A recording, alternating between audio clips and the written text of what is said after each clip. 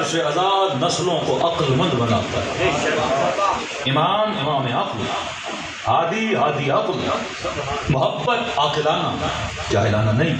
کاغنراجی کا جملہ میں ہر جگہ پڑھتا ہوں، فرماتا ہے جوان دنیا کی ہر لذت کی انتہا نجاست ہے. پانی پیو انتہا نجاست، کھانا کھاؤ انتہا نجاست، لذت نکالو انتہا نجاست. عقل کی طرف رجوع کر، ایسی لذتوں کے عاشق کیوں بنتے ہو جس کی انتہا نجاست ہے.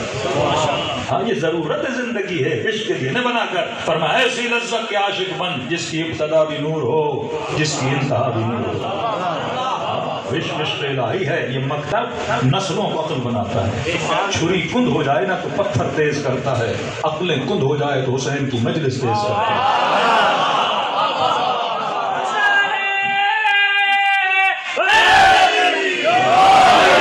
پورا ساز میڈیا، سوشل میڈیا، ٹک ٹاک، انسٹاگرام، اسنیپ چیٹ یہ نسلوں کی عقلوں کو کیا کرتے رہتے ہیں؟ کند کرتے رہتے ہیں. اور حسین فرش عزا پہ بٹھا کر عقلوں کو تیز کرتے ہیں، انہیں شاد کرتے ہیں. مولا فرماتے ہیں عقل مند کا پتہ عقل مند کے چناؤ سے چلتا ہے، عقل مند کے انتخاب سے چلتا ہے. کیا کروں جب یہ لفظ کہتا ہوں تو پاکستان کے حالات میرے سامنے آ جاتے ہیں.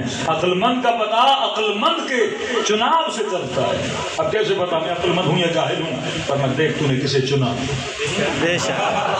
بڑی آسان، ہر انسان جان سکتا ہے. ہاں کیسے چنا؟ بیوی بنائی کیسے بنایا، گاڑی لی کون سی لی، کاروبار کیا کون سا کیا، دوست بنایا کسے بنایا، لباس لیا کون سا لیا. ہر خاتون بھی سن سکتی ہے کہ جناب میں نے لباس کون سا پہنا، حیا کا لباس تھا، بے حیائی کا لباس تھا.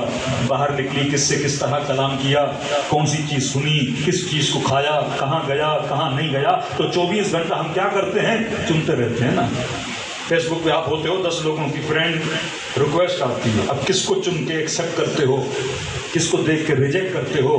زندگی تو ہی چیزیں ہیں، ایکسیپٹ ہے یا ریجیکٹ ہے. تم کسی کو چنتے ہو کسی کو ریجیکٹ کرتے ہو. تو فرمایا عقل مند کا پتہ عقل مند کے چناؤ سے چلتا ہے. کیا کریں ہمارے جوان بھی بڑے تیز ہیں. کہ مولانا یہ بتائیے پاکستانی عقل مند ہیں یا نہیں ہیں؟ میں نے کہا عقل مند کا پتہ اس کے چناؤ سے چلتا ہے. جس قوم کا وزیر اعظم شریف ہو تو اس سے بڑے عقل مند قوم نہیں ہو سکتی. آپ کا چناؤ بتاتا ہے کہ آپ عقل مند ہو یا بے وقوف ہو. تو کہا مولانا ہم نے تو نہیں دیا تھا. اللہم صل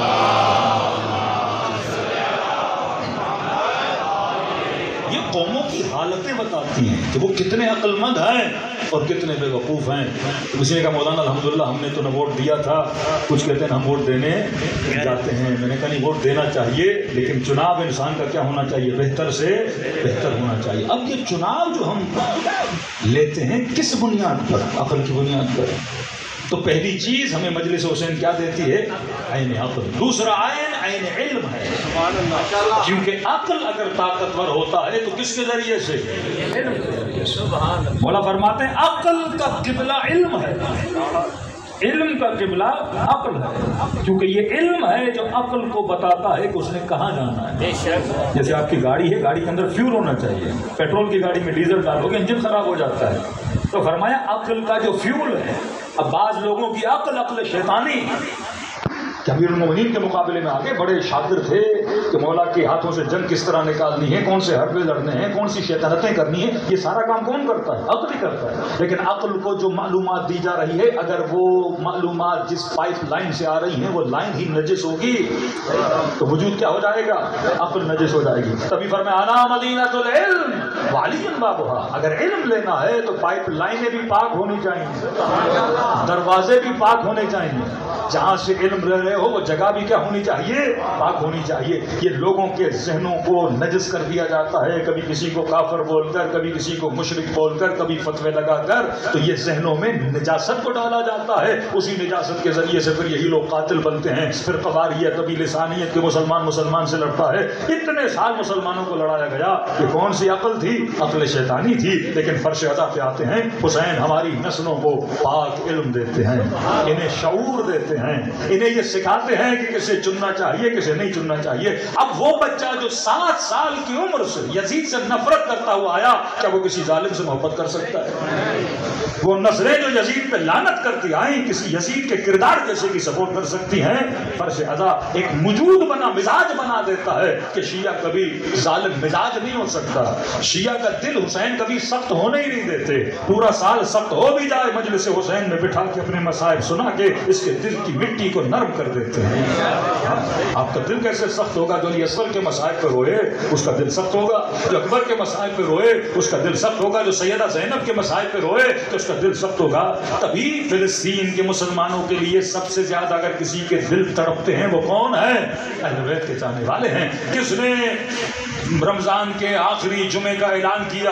شیعوں نے اعلان کیا۔ کون سب سے بڑی ریلیاں نکالتا ہے؟ یہ اہل بیت کے چاہنے والے نکالتے ہیں۔ وہ چاہے مظلوم سربیا کا ہو یا فلسطین کا ہو، ان کی مدد کے لیے اگر کوئی آواز بلند کرتا ہے تو حسین کے چاہنے والے بلند کرتے ہیں، کیونکہ فرش ازا نے مزاج بنا دیا کونوا للظالم خصما وللمظلوم عونا، کہ ہمیشہ ظالم کے لیے دل میں خصم رکھنا، نفرت رکھنا۔ اگر زبان کے ساتھ بول نہیں سکتے لیکن دل میں اس کے لیے رحم نہیں ہونا چاہیے۔ وللمظلوم عونا، جتنا ہو سکے مظلوم کی مدد کرنا، کیونکہ علی مظلوم پرور تھے، حسین مظلوم پرور تھے، کربلا مظلوم پروری کا نام ہے۔ خود مظلوم بتاتا ہے کہ میری حمایت ہونی چاہیے۔ تو پہلا آئین جو فرش ازا دیتا ہے وہ آئین عقل ہے، نسلوں کو عقل مند بناتا ہے۔ اب عقل پہ لمبی مجلسیں ہو سکتی ہیں، وہ انتخاب امام ہے، وہ انتخاب فقہ ہے، اگر انسان اپنی عقل کو بیدار کرے۔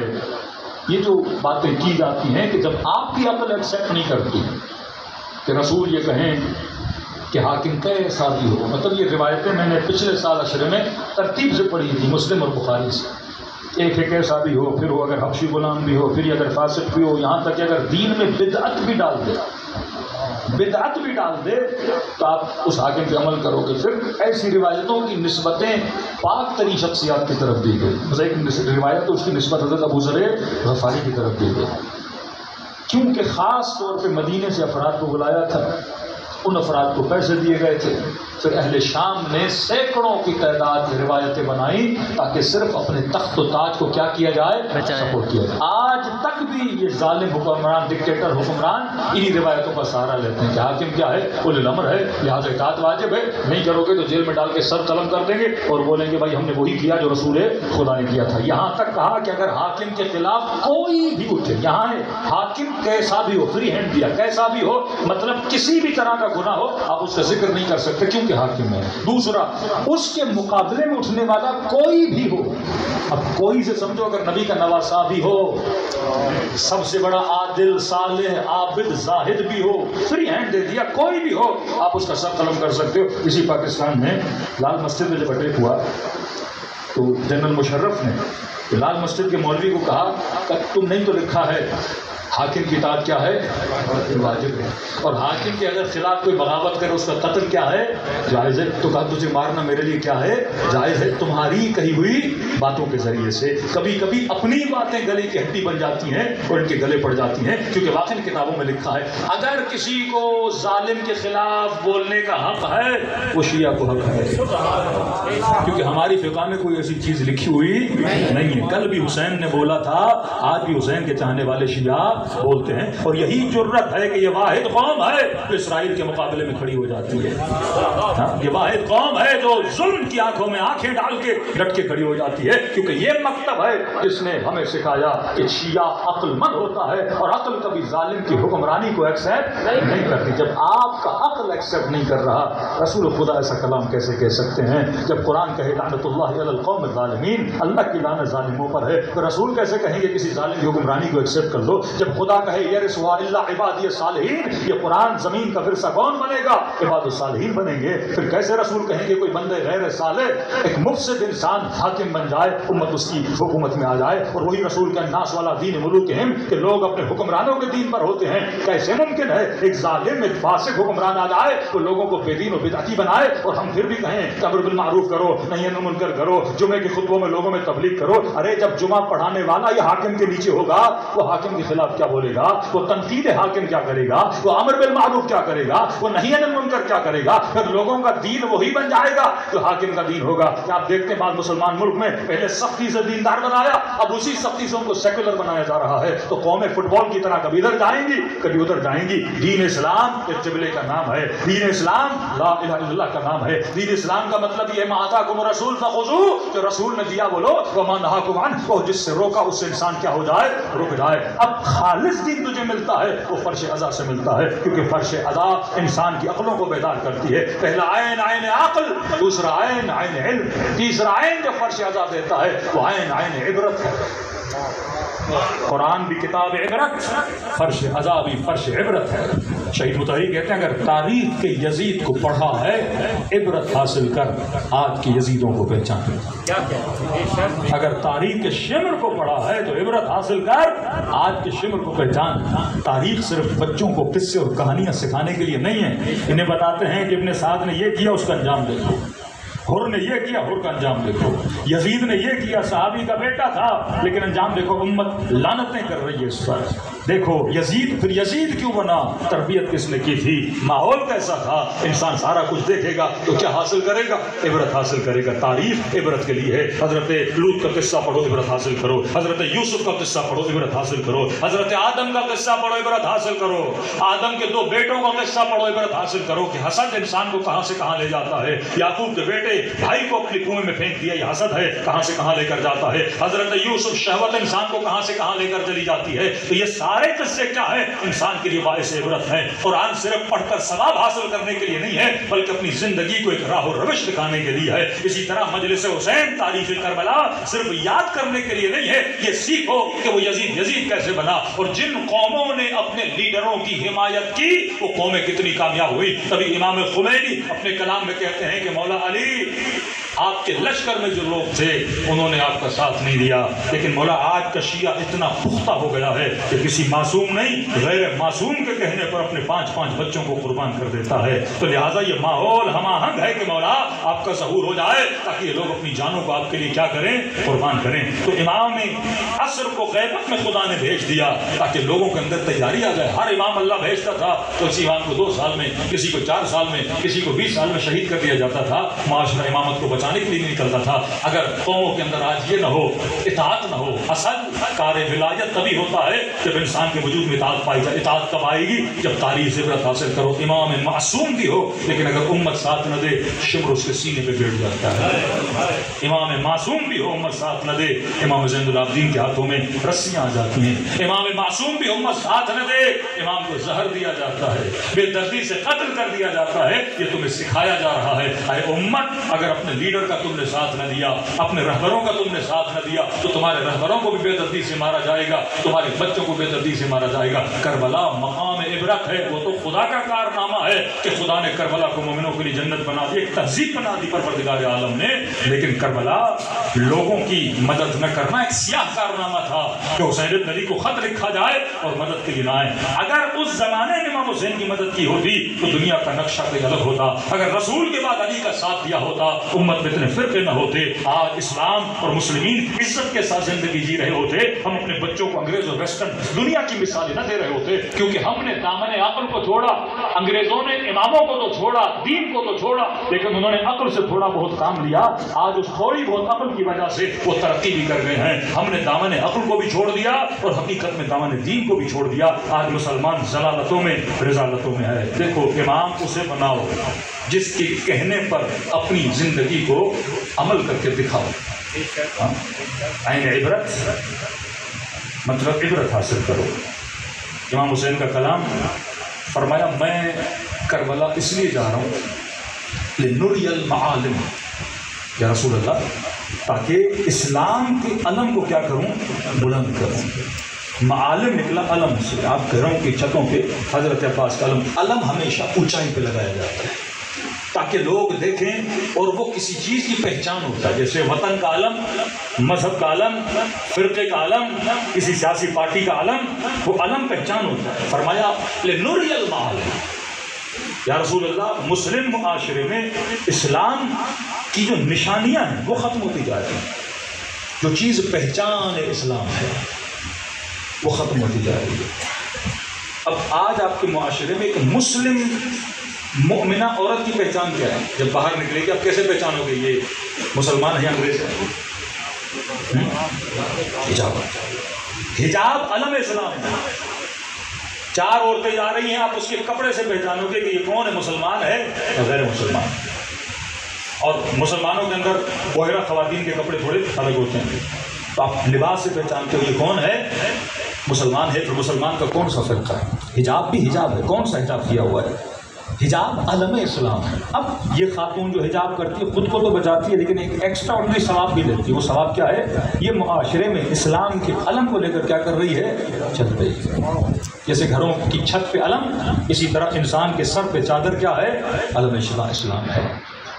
اب دشمن کیا چاہتا ہے؟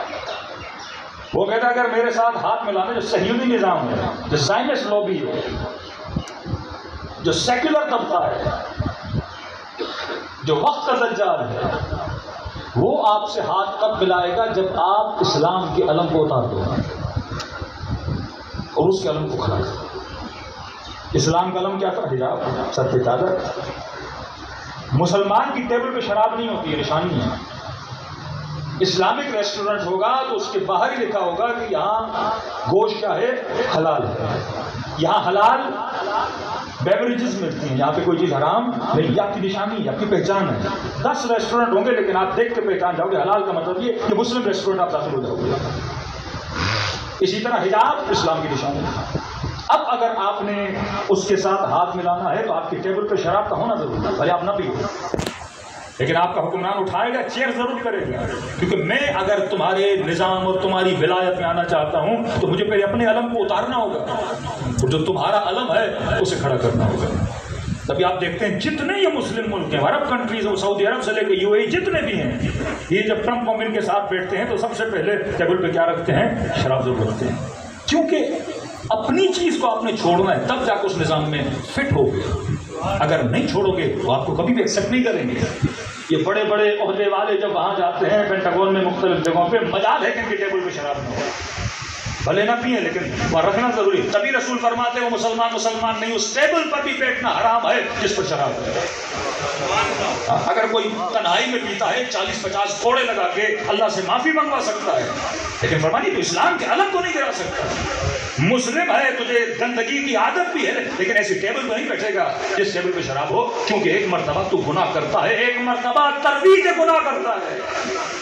ترویج گناہ کا گناہ اس گناہ کے کرنے سے زیادہ بدتر ہے. ایک مرتبہ میں حجاب نہیں کرتی لیکن ایک مرتبہ بد حجابی کی ترویج کرتی ہوں. کس مرتد کی سزا موت ہے؟ ہر مرتد نہیں. ایک مرتبہ کوئی شیعہ تھا، سنی تھا، مرتد ہو گیا، سیکولر ہو گیا، اللہ کو نہیں مانتا، منکر دین بن گیا، اس کا قتل جائز نہیں ہے. کس کا قتل جائز ہے؟ کس مرتد کو حاکم اسلامی موت کے گھاٹ پہ اتارتا ہے؟ جو مرتد بھی بنا اور اپنے ارتداد کی تبلیغ بھی کر رہا ہے. برا بھی بنا، پھر برائی کی کیا کرنے لگا؟ تبلیغ کرنے لگا. فرما نہیں، اس کو جیل میں ڈال دو، اس کی زبان بندی کر دو، کیونکہ یہ ارتداد کی تبلیغ کر رہا ہے. علم اسلام، تب تک آپ کا حاکم اس کے ساتھ ہاتھ نہیں ملا سکتا جب تک علم اسلام کو گراتا نہیں. علم اسلام کیا؟ یہی شراب کا نہ پینا. علم اسلام کیا؟ سروں پہ حجاب کا ہونا. اب ایک کلپ بہت زیادہ وائرل ہوا، ٹرمپ صاحب UAE گئے، آپ نے دیکھا ہوگا اس کا استقبال کیسے کیا. کہ سائنی لوبی کو سمجھو، 15 سال 16 سال 12 سال 17 سال کی نوجوان مسلمان بچے کو کھڑا کیا، اس سائڈ بھی اس سائڈ بھی. پہلی مرتبہ انہوں نے اپنے بالوں کو کھول کے، کوئی بالوں کا ڈانس بولتے ہیں، جو بھی بولتے ہیں، اپنے بالوں سے ٹرمپ کا کیا کیا؟ استقبال کیا. یہ نشانی ہے مسلم عورت وہ جس کا سر نامحرم سے ڈھانپا جائے. کافر وہ جو اپنے سروں کو نامحرموں کے سامنے کیا کر دے؟ کھول دے. انہوں نے اپنے سروں سے چادر اتار کے ان کو یہ پیغام دیا کہ بھائی ہم اسلام کی ولایت میں نہیں، تمہارے نظام کے اندر آنا چاہتے ہیں، اور جب تک یہ کرو گے نہیں تب تک وہ آپ کو ایکسیپٹ نہیں کرتے. جو ڈیموکریسی کے نظام کو پوری دنیا میں پھیلانے کے ٹھیکیدار ہوں، وہ مسلمان ملکوں کے ڈکٹیٹروں کی اتنی سپورٹ کریں. کیوں؟ اگر تو میرے نظام میں ہے تو ڈکٹیٹر بھی ہے، تو مجھے کیا ہے؟ ایکسیپٹ. یہی جولانی جس کے سر پر $20 ملین کا انعام تھا، وہی قاتل جس کی کلپس موجود ہیں عراق میں، موصل میں لوگوں کے سر کاٹتے ہوئے لوگوں نے، ان کی کلپس موجود ہیں، انہوں نے کتنی بے دردگی سے انسانوں کو قتل کیا، جارڈن کے پائلٹس کو زندہ جلایا، اور یہی بندہ آج وہاں کا پریزیڈنٹ بن کے بیٹھا ہوا ہے، اور ٹرمپ اس سے ملتے بھی ہیں. اگر تو میرے سسٹم میں ہے قاتل بھی ہے تو تجھے معافی ہے، اگر تو میرے سسٹم میں ہے ظالم بھی ہے تو تجھے معافی ہے، کیونکہ یہ نظام عدل نہیں ہے. تو پہلا عین عقل، دوسرا عین علم، تیسرا عین عبرت، چوتھا عین عدالت ہے. فرش ازا سکھاتا ہے شیعہ نظام عدالت میں رہنے والا ہے. یہ نہیں کہ برا ہے اور میرا ہے تو صحیح ہے، یہ نہیں کہ کتنی برائی کرے لیکن کیونکہ میری پارٹی کا ہے لہذا اس کی برائی معافی کا نہیں. یہ میدان عدالت. ان اکرمکم عند اللہ اتقاکم، اللہ کے نزدیک قیمت و عزت اس کی ہے جو صاحب تقویٰ ہے. اور اللہ کا وعدہ ہے اگر میرے راستے پر چلو گے دنیا محدود ہے. دیکھ دنیا کے بڑے بڑے ظالم، آج نہ ان کا نام ہے نہ نشان ہے، پھٹکار ان کے اوپر پڑ رہی ہے، لیکن دیکھ جو اللہ کی راہ پہ چلے. وہ 1400 سال پہلے کہ حسین ابن علی آئے تھے، 1400 سال پہلے یزید نے چاہا کہ مولا کے نام و نشان کو مٹا دے. اس قدر بے حرمتی کی ابا عبداللہ حسین کے بدن کی. دشمنی ہوگی نا، آپ کو کسی کی 4 گولیاں مار کے بندے کو مار دو گے، لیکن آپ کسی کو گولیاں مارو پھر اس کے بدن کو پامال کرو، پھر ایسا بدن بن جائے کہ بہن پہنچے تو پہچانے نہیں. مولا سجاد فرماتے ہیں گوشت کا لوتھڑا بن چکا تھا، فرماتے ہیں سر تھا نہ لباس تھا. عجیب ہے امام زمانہ کا ظہور جب ہوگا ابتدا مسائل امام حسین سے. فرماتے کعبے کے دیوار کی غلاف کو پکڑیں گے اور فرمائیں گے پروردگار اما یجیب المستر اذا اے ٹوٹے ہوئے دلوں کی آواز کو سننے والے میرے خدا، اب قد ذات صدری، میرا سینہ جکڑ رہا ہے، خدا اب میرا ظہور کر دے. کہتے اللہ کی آواز آئے گی مہدی تجھے اذن ظہور دیا، اعلان کر. کہتے کعبے کے سامنے آئیں گے، کہیں گے یا اہل العالم انا القائم، اے اہل عالم میں وہی قائم ہوں. کہتے لوگ متوجہ نہیں ہوں گے. پھر کہیں گے یا اہل العالم انا المہدی، لوگ پھر بھی متوجہ نہیں ہوں گے. اب ایک جملہ کہیں گے، کہتے ہیں پوری کائنات امام کی طرف متوجہ ہوگی.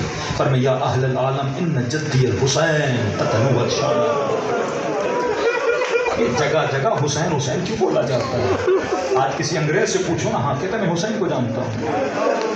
اتنا شیعہ نام حسین کو بلند کریں گے کہ امام زمانہ اپنی پہچان امام حسین سے کروائیں گے. اے اہل عالم میں وہ ہوں جس کے جد کو پیاسا مارا گیا، میں وہ ہوں جس کے جد کے بدن پہ کفن نہیں تھا، میں وہ ہوں جس کے جد کے بدن پہ گھوڑے دوڑائے گئے.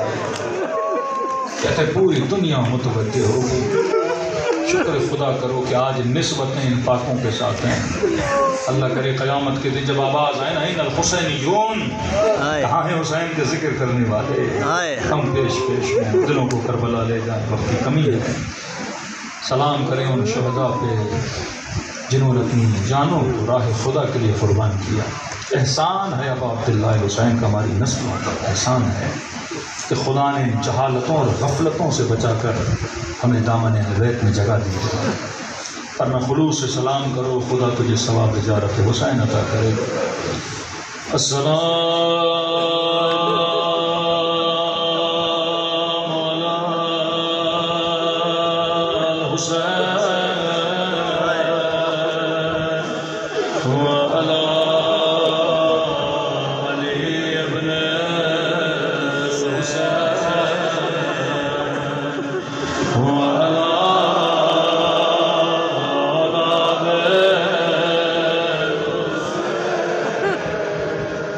Allah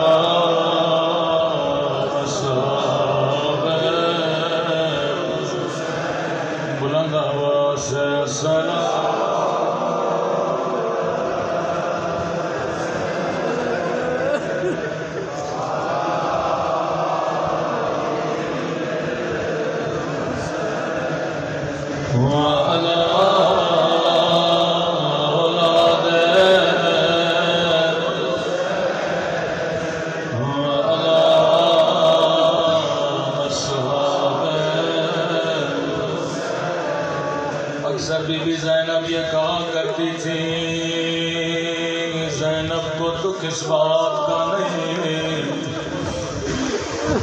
کہ زینب کو غیروں نے نہیں پہچانا،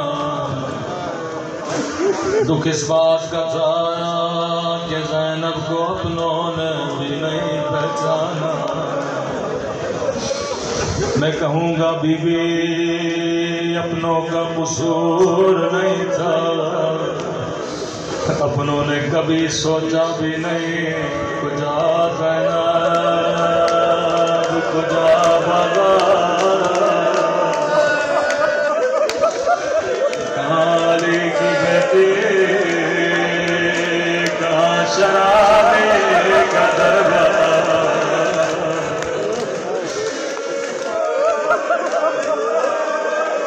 کہتے ہیں قافلہ جب شام کی بازار میں پہنچا، مولا حسین فرماتے شیو جب ٹھنڈا پانی پیا میری سکینہ کو یاد کیا کر۔ دھیمی سی آواز میں بچی نے کہا پھپھی اماں مجھے بڑی پیاس لگی ہے۔ سیدہ نے کہا سکینہ یہاں پانی دینے والا کوئی نہیں، پتھر مارنے والا بہت ہے۔ چھت پہ ایک مومنہ بیٹھی تھی، دوڑی دوڑی گئی گلاس میں پانی بھرا، آ کر بی بی زینب کو دیا، کہنے لگی جی بی بی میں تیری بچی کو پانی پلاؤں گی۔ بی بی زینب نے کہا مومنہ سب دیکھ رہے ہیں تو پانی لے کر کیوں آیا؟ کہنے لگی قیدی بی بی میرے مولا کا فرمان ہے، اللہ قیدیوں کی دعا رد نہیں کرتا۔ قیدی بی بی میری زندگی گزر گئی، میں نے کبھی تجھ جیسے قیدی نہیں دیکھے۔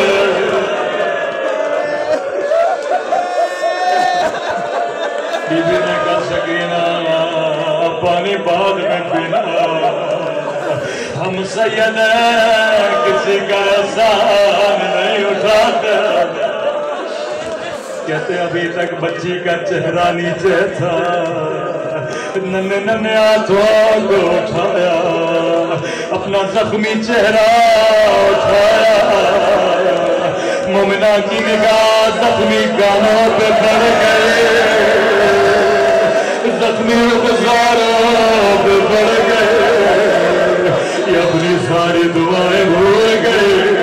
کہتی ہے قیدی بی بی دعا کرو اللہ میری بچی کو تیری طرح یتیم نہ بنائے۔ سکینہ نے دعا کے لیے ہاتھوں کو اٹھایا، کہنے لگی میرے اللہ کسی بچی کو میری طرح یتیم نہ بنانا،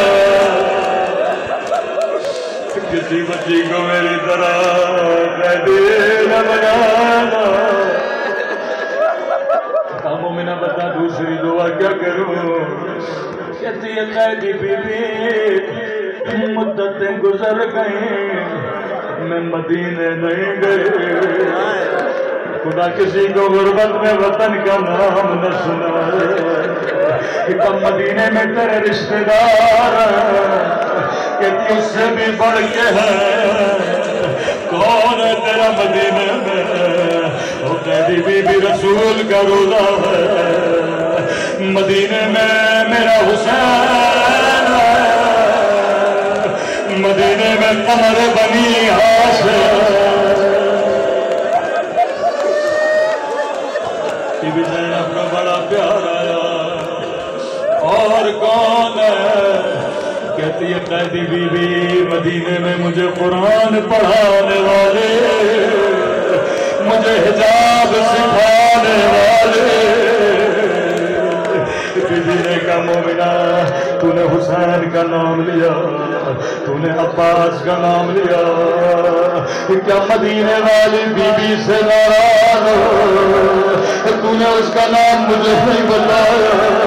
کہتی ہے قیدی بی بی میری مجال میں ناراض ہو جاؤ، لیکن میری مجبوری سمجھو، یہ بازار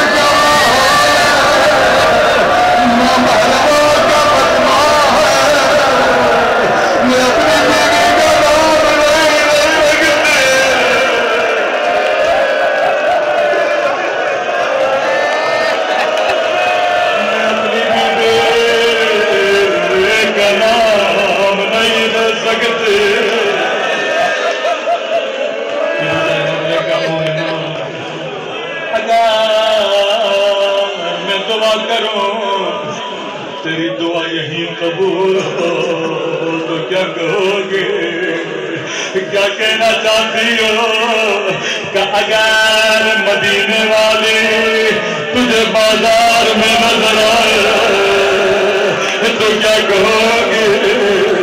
اتنا سننا تھا مومنہ کو چلا کہتی ہے قیدی بیوی دعا نہیں کرنی نہ کر، لیکن میری بیوی کو بددعا تو نہ دے، میری بیوی تجھ جیسی دے دے۔ اتنا سننا تھا سیدہ کو چلا اپنا چہرہ اٹھایا کہ ام حبیبہ